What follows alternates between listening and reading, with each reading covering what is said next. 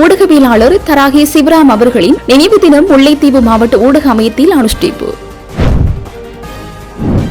கிழக்கு பல்கலைக்கழக மாணவர்களினால் நேற்று மாலை துண்டு பிரசுர போராட்டம். விருந்தக உரிமையாளரின் சுகபோகத்திற்கு வளங்களை தாரை பார்க்க முடியாது சாணக்கியன் எம்பி. கொழும்பில் நடைபெறவுள்ள போராட்டம் குறித்து தமிழரசு கட்சியின் நிலைப்பாடு ஸ்ரீதரன் வெளியிட்ட தகவல். சமகால அரசுக்குள் நடந்த பாரிய நிதி மோசடி உண்மைகளை வெளிப்படுத்த உள்ள ஜனாதிபதி அனுர. ஈரான் விக்ரமரத்னவை கட்சியிலிருந்து விலகுமாறு அறிவிப்பு. நெடுந்தீவு சமுத்திர தேவாவை புனரமைக்க 2.614 மில்லியன் ஒதுக்கீடு. அனுரவின் ஆட்சியில் எந்த மாற்றமும் இல்லை, தொடரும் இனவாத அரசியல் ஸ்ரீதரன் ஆவேசம். பொருளாதார முயற்சிக்கான நடவடிக்கைகளை திசை திருப்பவே ஒரு தரப்பினர் முயற்சிக்கின்றார்கள், அதற்கு ஒருபோதும் இடமளிக்க முடியாது டெல்வின் சில்வா. தமிழக மீனவர்களால் பருத்தித்துறை மீனவன் தாக்கப்பட்ட விவகாரம் நீதியை நிலைநாட்டுமாறு ஆளுநர் மற்றும் உபாலி சமரசிங்க ஆகியோரிடம் ரவிகரன் எம்பி கோரிக்கை. வழக்கு விசாரணை எதிர்க்கட்சிகள் அச்சம் நலிந்த ஜெயதிச.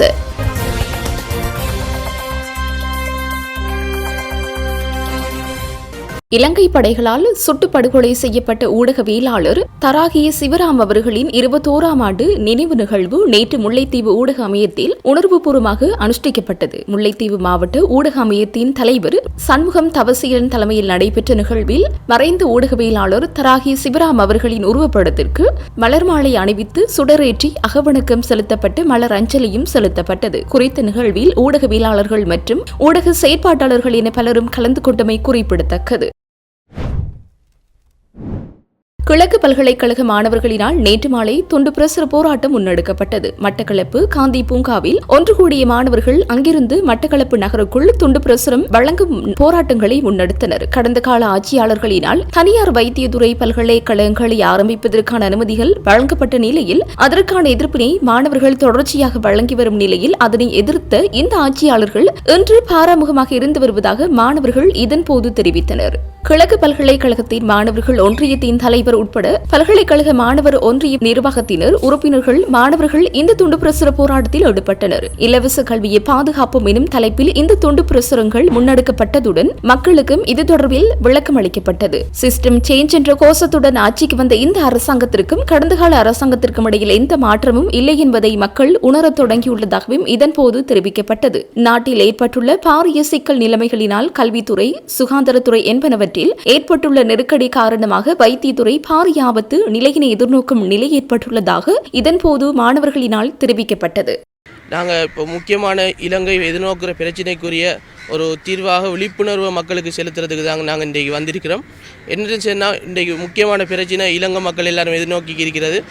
எமக்கு எல்லாருக்குமே கிடைக்கிற இலவச கல்வி இலவச சுகாதாரம் ரெண்டையுமே அளிக்கக்கூடிய ஒரு செயற்பாடாக தான் நம்ம பார்க்கணும். என்னென்னு சொன்னால் இந்த தனியார் மருத்துவ பீட உருவாக்கங்களும் அதுக்கான மாணவர்கள் எடுத்து அதை எங்களை மருத்துவத்தை காசுக்கு விற்கிறது இது மிகவும் பிழையான வேலை. இதை நாங்கள் கண்டிப்பு முகமாக எங்கள் மக்கள் எல்லாருக்கும் நாங்கள் என்னென்னா இது சம்பந்தமான ஒரு விழிப்புணர்வை ஏற்படுத்துகிற முகமாக நாங்கள் எல்லாருக்கும் துண்டு பிரசுரம் விநியோகிக்கும். நாங்கள் இது போன அரசாங்கங்களால் இது தொடர்பான அமைச்சரவை தீர்மானங்கள் எடுக்கப்பட்டாலும் இன்னும் இதுக்கு இந்த அரசாங்கம் அதை ரத்து செய்கிறதை பற்றி மௌனம் காத்து கொண்டிருக்கிறது மிகவும் பிழையான வேலை. இது தொடர்பாக அவர்கள் முக்கியமான கரிசனை எடுத்து இது தொடர்பாக செயற்படணும். அதே மாதிரி இன்னும் என்ன பிரச்சனைன்னு சொன்னால் மாணவர்கள் இப்போ மருத்துவக்கூட மாணவர்கள் வெளியாகி அவர்களுக்கே ஒழுங்கான தொழில் கிடைப்பது நிச்சயமில்லாத சூழலில் தனியார் மருத்துவக்கூடங்கள் அதிலேருந்து வெளியாகிற மாணவர்களுக்கு மருத்துவர் தொழில் கொடுக்குறங்கிறது இலவச கல்வியையும் இலவச சுகாதாரத்தையும் மிகவும் பாதாளத்துக்கு இட்டு செல்லும் என்பது எந்தவித ஐயமும் இல்லை. இப்போ இதுக்கு நாங்கள் செல்கிற தீர்வு என்னென்னு சொன்னால் மாணவர்களுக்குரிய கொள்கையை உருவாக்க வேண்டும். இந்த தனியார் மருத்துவ பீடத்துக்கான காசுக்கு விற்கிற செயற்பாட்டை நிறுத்த வேண்டும். இதிலேருந்து இந்த அமைச்சரவை தீர்மானங்களை பின்வாங்க எடுக்க வேண்டும், ரெக்டிஃபை பண்ணணும் என்றதை கேட்டு முடிகிறது. மட்டக்களப்பு வாழைச்சேனை பிரதேசத்திற்குட்பட்ட பாசிக்குடா கடற்கரை அப்பகுதி மக்களுக்கு கிடைத்த மிகப்பெரிய இயற்கை வளமாகும். இவ்வளத்தின் மூலம் கிடைக்க வேண்டிய பல கோடி வருமானம் வாழைச்சேனை மக்களின் அபிவிருத்திக்காக பயன்படுத்தப்பட வேண்டுமே தவிர கொழும்பில் உள்ள விருந்தக உரிமையாளர்களின் சுகபோகத்திற்காக பயன்படுத்த அனுமதிக்க முடியாது என பாராளுமன்ற உறுப்பினர் ராசமாணிக்கம் சாணக்கியன் தெரிவித்துள்ளார். கோரளை பற்று வாழைச்சேனை பிரதேச சபையில் நேற்று தவிசாளர் சுதாகரன் மற்றும் சபை செயலாளர் உள்ளிட்டோரை சந்தித்த போது அவர் இவ்வாறு குறிப்பிட்டார். அவர் மேலும் தெரிவிக்கையில் பாசிக்குடா கடற்கரை பகுதியில் இயங்கும் 17 சுற்றுலா விடுதிகள் மற்றும் விருந்தகங்கள் பல ஆண்டுகளாக சர்வதேச பிரதேச சபைக்கு செலுத்த வேண்டிய வரி மற்றும் கட்டணங்களை செலுத்தாமல் வணிக நடவடிக்கைகளை மேற்கொண்டு வருகின்றன என்றார். இவ்வளத்தின் மூலம் சபைக்கு கிடைக்க வேண்டிய பல கோடி ரூபாய் வருமானம் இதுவரை பெறப்படவில்லை. மேலும் கடந்த காலங்களில் சபையை நிர்வகித்தவர்கள் இதனை கண்காணிக்க தவறி இருந்தார்கள் அல்லது இச்செயல்களில் தொடர்புடையவர்களாக இருந்தார்களா என்பது சந்தேகத்திற்குரிய விடயமாகவே உள்ளது. மேலும் சம்பந்தப்பட்ட விருந்தகங்கள் தொடர்பான முழுமையான அறிக்கையை சமர்ப்பிக்குமாறு சுற்றுலா வணிகத்திடம் கோரிக்கை விடுக்கப்பட்டிருந்த போதிலும் பல மாதங்கள் கடந்தும் அதற்கான பதில் இதுவரை கிடைக்கவில்லை. பாசிக்குடா கடற்கரை மட்டக்களப்பிற்கு கிடைத்த மிக முக்கியமான சுற்றுலா வளமாகும். இதன் மூலம் முதன்மையாக வாழைச்சேனை மக்களுக்கு அதிகபட்ச நன்மை கிடைக்க வேண்டும் எனவும் வெளிநகர ஹோட்டல் உரிமையாளர் மட்டும் லாபம் ஈட்டும் நிலை ஏற்றுக்கொள்ள முடியாதது. மேலும் பாசிக்குடா பகுதியில் இயங்கும் சில விருந்தகங்கள் தேவையான அனுமதியின்றி செயல்படுகின்றன என்றும் அவற்றிடமிருந்து நிலுவையில் உள்ள வரித்தொகைகளை வசூலிக்க தேவையான நடவடிக்கைகள் தொடர்ந்து முன்னெடுக்கப்படுகின்றன. அத்துடன் இவ்வருமானத்தினை பயன்படுத்தி வாழைச்சேனை பிரதேசத்தின் முழுமையான அபிவிருத்திக்கான திட்டங்களை முன்னெடுக்க தீர்மானிக்கப்பட்டுள்ளதாக பாராளுமன்ற உறுப்பினர் ராசமாணிக்கம் சாணக்கியன் தெரிவித்துள்ளார். இந்த கலந்துரையாடலில் இலங்கை தமிழரசு கட்சியின் மட்டக்களப்பு மாவட்ட உள்ளூராட்சி மன்ற விவகாரங்களுக்கு பொறுப்பான முன்னாள் மாநகர முதல்வர் தி சரவணபவனின் ஏற்பாட்டில் நடைபெற்றது. இதில் பிரதி தவிசாளர் உள்ளிட்ட பலரும் கலந்து கொண்டனர். நாம் நீலகாமம் அறவழி போராட்டத்திற்கு நாமும் எமது முழு பங்களிப்பை வழங்குவோம் என்று இலங்கை தமிழரசு கட்சியின் யாழ்ப்பாணம் கிளிநொச்சி மாவட்ட நாடாளுமன்ற உறுப்பினர் சிவஞானம் ஸ்ரீதரன் தெரிவித்தார். நீலகாமம் மக்களுக்கு நீதி கோரியும் மலையக மக்களுக்கு காணி உரிமை விரைவில் வழங்கப்பட வேண்டும் என வலியுறுத்தியும் கொழும்பில் எதிர்வரும் 5ஆம் தேதி நடைபெறவுள்ள போராட்டம் தொடர்பில் கருத்து வெளியிடையிலேயே அவர் இவ்வாறு கூறினார். இது தொடர்பில் ஸ்ரீதரன் எம்பி மேலும் கூறியதாவது: மலையகம் நீலகாமம் தோட்டத்தில் அட்டூழிய கூலிப்படையின் மிக மோசமான தாக்குதலால் காயமடைந்தும் தமது சொத்துக்கள் இழந்த நிலையிலும் உள்ள எமது மலையக உறவுகளுக்கு நிச்சயம் நாம் துணை நிற்போம். அந்த வகையில் எதிர்வரும் மே 5ஆம் தேதி கொழும்பில் நடைபெறும் சாத்வீக வழி போராட்டத்திற்கு நாங்களும் தோளோடு தோள் கொடுத்து போராட்டம் வெற்றியளிக்க உதவுவோம். மலையக உறவுகளாக முன்னெடுக்கப்படும் கோரிக்கைகள் நிறைவேற்றப்பட வேண்டும். நாம் நம்பிக்கையோடு எதிர்கால இருப்பு பற்றிய எண்ணங்களோடு கரங்களை இறுக பற்றிக் கொள்வோம் என்றார். ஆஸ்திரேலியாவுக்கு செலுத்த வேண்டிய கடன் தவணை பணமான 2.5 மில்லியன் அமெரிக்க டாலர் திரைசேரியிலிருந்து காணாமல் போயுள்ளமை தொடர்பில் ஜனாதிபதி அனுரகுமார திசநாயக்க விளக்கம் அளிக்கவுள்ளார். இது தொடர்பில் நாடாளுமன்றத்தில் ஜனாதிபதி விசேட உரையாற்றவுள்ளார். இந்த தகவலை திரைசேரி செயலாளர் ஹரசன சூரியபெரும அரசாங்க நிதிக்குழுவின் தலைவர் கலாநிதி ஹர்சடி சில்வாவிற்கு உத்தியபூர்வமாக அறிவித்துள்ளார். சம்பவம் குறித்து விளக்கம் அளிப்பதற்காக அரசாங்க நிதிக்குழுவின் முன்னிலையில் இன்று முன்னிலையாகுமாறு திரைசேரி செயலாளருக்கு ஏற்கனவே அறிவிக்கப்பட்டிருந்தது. எனினும் இன்றைய தினம் முன்னிலையாக போவதில்லை என்பதை கடிதம் மூலம் குழுவின் தலைவர் ஹர்சடி சில்வாவிற்கு தெரியப்படுத்தியுள்ளார். குறித்த கடிதத்தில் இந்த நிதி மோசடி அல்லது காணாமல் போனமை தொடர்பான விவரங்களை ஜனாதிபதி நாடாளுமன்றத்தில் தெளிவுபடுத்த உள்ளார். இதனால் தாம் தற்போதைக்கு குழு முன்னிலையில் முன்னிலையாக வேண்டிய அவசியமில்லை என திரைசேரி செயலாளர் மேலும் சுட்டிக்காட்டியுள்ளார். மோசடி விவகாரங்களை பயன்படுத்தி தற்போதைய தேசிய மக்கள் சக்தி அரசாங்கத்தை வீழ்த்தி தாம் ஆட்சிக்கு வருவதற்கு மஹிந்த ராஜபக்ச உள்ளிட்ட எதிர்க்கட்சிகள் திட்டம் வகுப்பதாக கொழும்பு பல்கலைக்கழகத்தின் பொறியியல் துறையின் சிரேஷ்ட விரிவுரையாளர் கணேசமூர்த்தி தெரிவித்துள்ளார். அவர் மேலும் தெரிவிக்கையில், அரச பணத்தை கையாளுதல், முறையற்ற விதத்தில் பயன்படுத்துதல், அரச பணத்தை சொந்தக்காரர்களுக்கு கொடுத்தல் இவ்வாறு பல்வேறுபட்ட நடவடிக்கைகளில் ஈடுபட்ட அரசாங்கம் தான் கடந்த காலங்களிலே பதவியில் இருந்தது. குறிப்பாக அதனுடைய தலைவர் மஹிந்த ராஜபக்ச தற்போது ஒரு தேசிய மக்கள் சக்தி அரசாங்கத்தை பற்றி விமர்சிப்பது மக்கள் மீதான நம்பிக்கையினாலோ அரச பணம் முறையற்ற விதத்தில் பயன்படுத்தப்படவில்லை என்ற கரிசனையாலோ அல்ல. தற்போதைய அரசாங்கத்தை வெளியேற்றிவிட்டு தமது ஆட்சியை மீண்டும் நிலைநாட்டி ஊழல்களை செய்வதற்கு ஏற்பாடு செய்கின்றனர். எனவே இந்த விடயம் தொடர்பில் தேசிய மக்கள் சக்தி அரசாங்கம் கவனத்துடன் இருக்க வேண்டும். அத்தோடு பாதுகாப்பையும் உறுதிப்படுத்திக் கொள்ள வேண்டும் என்றும் அவர் குறிப்பிட்டுள்ளார். ஸ்ரீலங்கா கிரிக்கெட் இடைக்கால நிர்வாக குழு தலைவராக நியமிக்கப்பட்டுள்ள எரான் விக்ரமரட்னவை கட்சி உறுப்புரிமையிலிருந்து விலகுமாறு ஐக்கிய மக்கள் சக்தி கோரியுள்ளது.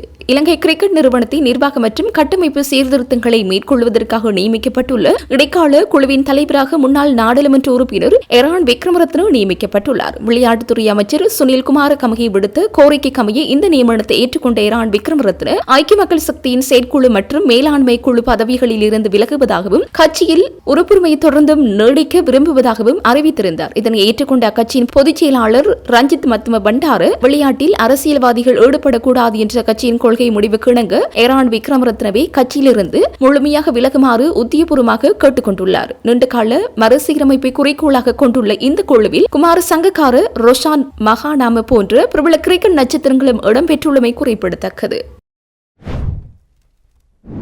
நெடுந்தீவு குறைகட்டுவான் இடையில் சேவையில் ஈடுபடும் சமுத்திரா தேவா படகினை புனரமைக்க 2.614 மில்லியன் ரூபாய் ஒதுக்கப்பட்டுள்ளது எனவும் அதனை புனரமைக்கும் பணிகளை துரிதப்படுத்துமாறு வடமாகாண ஆளுநர் நா. வேதநாயகன் அதிகாரிகளுக்கு பணித்துள்ளார். வடக்கு மாகாண சபையின் வர்த்தக வாணிப அமைச்சின் 2026 ஆண்டுக்கான வருடாந்த அபிவிருத்தி திட்டங்களின் முன்னேற்ற மீளாய்வு கூட்டம் ஆளுநர் தலைமையில் நடைபெற்ற போது அதிகாரிகளுக்கு அவ்வாறு பணித்துள்ளார். குறைகட்டுவான் நெடுந்தீவு இடையில் சேவையில் ஈடுபட்டு வந்த நெடுந்தீவு பலநோக்கு கூட்டுறவு சங்கத்திற்கு சொந்தமான சமுத்திரா தேவா பயணிகள் படகு நீண்ட காலமாக பழுதடைந்த நிலையில் காணப்படுகின்றது. அதனால் பயணிகள் பெரும் சிரமங்களுக்கு முகம் கொடுத்து வந்தனர். இந்த நிலையில் படகினை திருத்தம் செய்வதற்கு 2.614 மில்லியன் ரூபாய் ஒதுக்கப்பட்டுள்ளதாகவும் உடனடியாக படகை புனரமைக்கும் பணிகளை துரிதப்படுத்துமாறு அதிகாரிகளுக்கு ஆளுநர் பணித்துள்ளார்.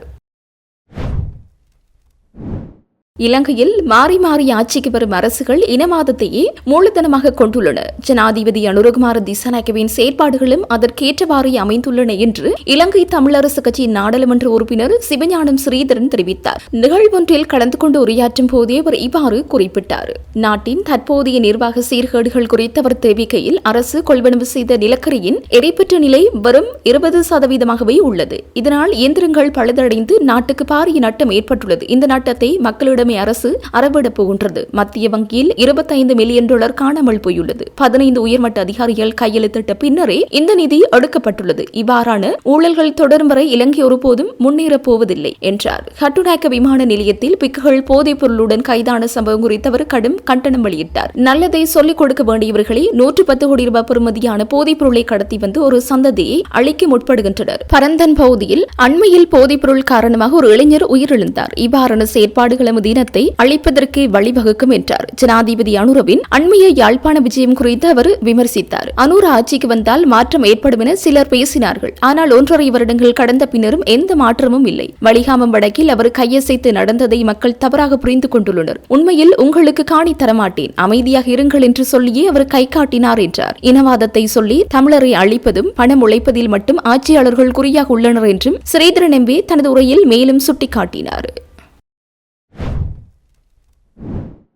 நாட்டை வங்குரோத்து நிலைக்கு தள்ளியவர்களின் சகாக்கள் தான் இன்று போராட்டத்தில் ஈடுபடுகின்றார்கள். இவ்வாறானவர்களை ஒருபோதும் கண்டுகொள்ளப் போவதில்லை. திரைசேரியின் செயலாளர் ஹர்சன சூரியபிரமவுக்கு இரட்டை குடியுரிமை உள்ளது என்று ஊடகங்களில் குறிப்பிடுபவர்கள் நீதிமன்றத்தில் முறையிடலாம். பொருளாதார மீட்சிக்கான நடவடிக்கைகளை திசை திருப்பவே ஒரு தரப்பினர் முயற்சிக்கின்றார்கள். அதற்கு ஒருபோதும் இடமளிக்க முடியாது என மக்கள் விடுதலை முன்னணியின் பொதுச் செயலாளர் டெல்வின் சில்வா தெரிவித்தார். மக்கள் விடுதலை முன்னணியின் தலைமை காரியாலயத்தில் நேற்று நடைபெற்ற ஊடகவியலாளர் சந்திப்பின் போதே மேற்கண்டவாறு குறிப்பிட்டார். அங்கு மேலும் தெரிவித்ததாவது, ஊழலுக்கு எதிரான கடுமையான நடவடிக்கைகளை முன்னெடுத்துள்ளோம். 2022 ஆண்டு மக்களால் விரட்டியடிக்கப்பட்ட கோட்டாபய ராஜபக்ச, மஹிந்த ராஜபக்ச மற்றும் அவர்களின் சகாக்கள் மக்களின் அரசியல் மாற்றத்தை விளங்கிக் கொள்ளவில்லை. பல ஊழல் வழக்குகளுக்கு முகம் கொடுத்துள்ளவர்கள் இன்று எமது அரசாங்கத்தையும் ஊழல் மிக்கது என்று காண்பிப்பதற்கு முயற்சிக்கின்றார்கள். பல போலியான குற்றச்சாட்டுகளை முன்வைக்கின்றார்கள். 10 அல்லது 15 பேர் ஒன்று கூடி போராட்டத்தில் ஈடுபட்டால் ஆட்சி மாற்றத்தை ஏற்படுத்த முடியாது. இவ்வாறு போராட்டத்தில் ஈடுபடுபவர்களின் அரசியல் பின்னணியை முதலில் ஆராய வேண்டும்.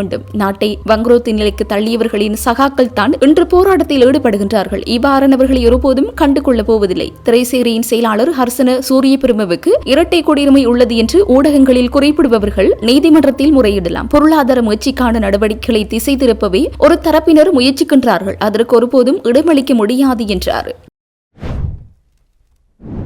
அண்மையில் யாழ்ப்பாணம் பருத்தித்துறையைச் சேர்ந்த மீனவன் ஒருவன் தமிழக மீனவர்களால் பிடித்துச் செல்லப்பட்டு மிக கொடூரமாக சித்திரவதைக்குள்ளாக்கப்பட்ட விடயம் தொடர்பில் அரசு உரிய விசாரணைகளை மேற்கொண்டு பாதிக்கப்பட்ட மீனவனுக்கு நீதியை பெற்றுக் கொடுக்க வேண்டும் என வன்னி மாவட்ட நாடாளுமன்ற உறுப்பினர் துரைராச ரவிகரன், வடக்கு மாகாண ஆளுநர் நாகலிங்கம் வேதநாயகன் மற்றும் கூட்டுறவு பிரதி அமைச்சர் உபாலி சமரசிங்க ஆகியோரை கோரியுள்ளார். அத்தோடு தமிழக மீனவர்களின் இத்தகைய செயற்பாடு கண்ணியமற்ற கோழைத்தனமான செயற்பாடு என்றும் நாடாளுமன்ற உறுப்பினர் ரவிகரன் தனது கண்டனங்களை தெரிவித்துள்ளார். மன்னார் மாவட்ட அபிவிருத்தி ஒருங்கிணைப்பு குழு கூட்டம் நேற்று இடம்பெற்ற நிலையிலேயே நாடாளுமன்ற உறுப்பினரால் மேற்கண்டவாறு கருத்து தெரிவிக்கப்பட்டுள்ளது. இது தொடர்பில் நாடாளுமன்ற உறுப்பினர் ரவிகரன் மேலும் கருத்து தெரிவிக்கையில், அண்மையில் யாழ்ப்பாணம் பருத்தித்துறையைச் சேர்ந்த ஒரு மீனவனை தமிழகத்தைச் சேர்ந்த மீனவர்கள் பிடித்து சென்று அடித்து சித்திரவதை செய்துள்ளனர். இத்தகைய செயற்பாட்டிற்கு எனது வன்மையான கண்டனங்களை தெரிவித்துக் கொள்கின்றேன். இந்த சம்பவம் தொடர்பில் உரிய தரப்பினர் உரிய வகையில் விசாரணைகளை மேற்கொள்ள வேண்டும் எனவும் இச்சந்தர்ப்பத்தில் வலியுறுத்தி கேட்டுக்கொள்ள விரும்புகின்றேன். குறிப்பாக வடக்கு மாகாணத்திலே யாழ்ப்பாணம், கிளிநொச்சி, முல்லைத்தீவு, மன்னார் ஆகிய மாவட்டங்கள் கடற்றொழிலோடு தொடர்புடைய கரையோர மாவட்டங்களாக காணப்படுகின்றன.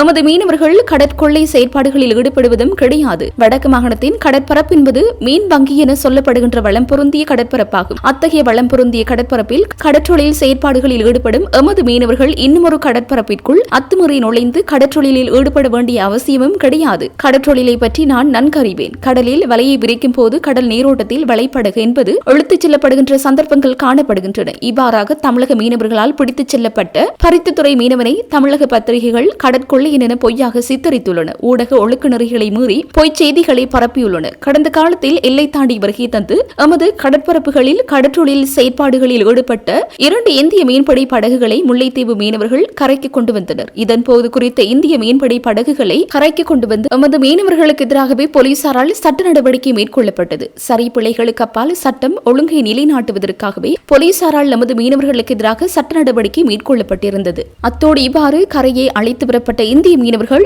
கண்ணியமான முறையில் நடத்தப்பட்டதுடன் மீளவும் உரிய முறையில் அனுப்பி வைக்கப்பட்டிருந்தனர். ஆனால் தமிழக மீனவர்கள் முறையற்ற விதத்தில் எமது மீனவரை பிடித்துக் கொண்டு சென்றது மாத்திரமின்றி கைகள் மற்றும் கால்களை கட்டி மிகவும் கடுமையாக தாக்கி சித்திரவதைக்குள்ளாக்கியுள்ளனர். ஈழத்தமிழர்கள் தமக்கு தொப்புள் கொடி உறவுகள் என கூறிக்கொண்டு இவ்வாறான கொடூர செயற்பாடுகளில் தமிழக மீனவர்கள் ஈடுபடுகின்றனர். சோமாலியா உள்ளிட்ட அமெரிக்க கடற்பரப்புகளின் ஊடாக கப்பல்கள் செல்லும் போது கடற்கொள்ளைகள் இடம்பெறுவதாக அறிந்திருக்கின்றோம். ஆனால் இங்கே எமது மீனவர்கள் கொள்ளையிடுவதற்கான அவசியமில்லை, கொள்ளையிடுவதற்கும் எதுவும் இல்லை. எனவே இந்த விடயத்தில் வடமாகாண ஆளுநர் மற்றும் கூட்டுறவு பிரதி அமைச்சர் உபாலி சமரசிங்க ஆகியோர் உரிய வகையில் விசாரணைகளை மேற்கொண்டு உண்மையை வெளிக்கொணர்வதுடன் இந்த கொடூர செயற்பாட்டிற்குரிய நீதியையும் நிலைநாட்ட வேண்டும். மேலும் சண்டையிடுவதற்கு வடபகுதியைச் சேர்ந்த அனைவராலும் இயலும். ஆனால் தனியே ஒருவரை இவ்வாறு கடத்திச் சென்று கைகளையும் கால்களையும் கட்டிவிட்டு சுற்றி நின்று தாக்குவது மிகவும் கீழ்த்தரமான கொலைத்தனமான செயற்பாடு என்றார்.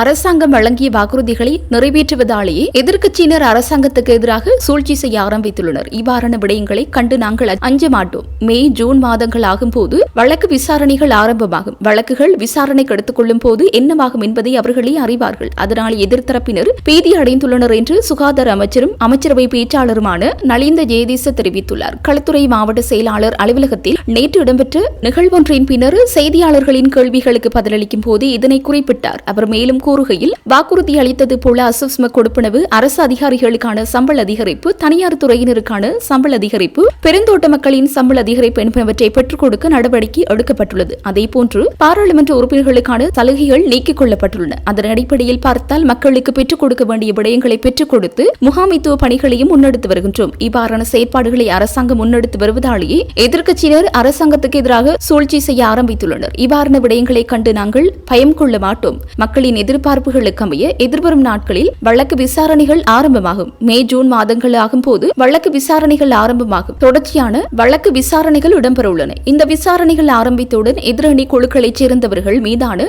வழக்குகளுக்கு திகதி அறிவிக்கப்பட்டது. அந்த வழக்குகள் விசாரணைக்கு எடுத்துக் கொள்ளும் போது என்னவாகும் என்பதை அவர்களை அறிவார்கள். அதனால் எதிர்த்தரப்பினர் பீதி அடைந்துள்ளனர். சில சந்தர்ப்பங்களில் மக்களின் சாண வீச்சினையும் பொறுத்துக் கொண்டிருப்பதற்கான காரணத்தை வழக்கு விசாரணைகள் ஆரம்பமாகும் போது அறிந்து கொள்ளக்கூடியதாக இருக்கும் என்றார்.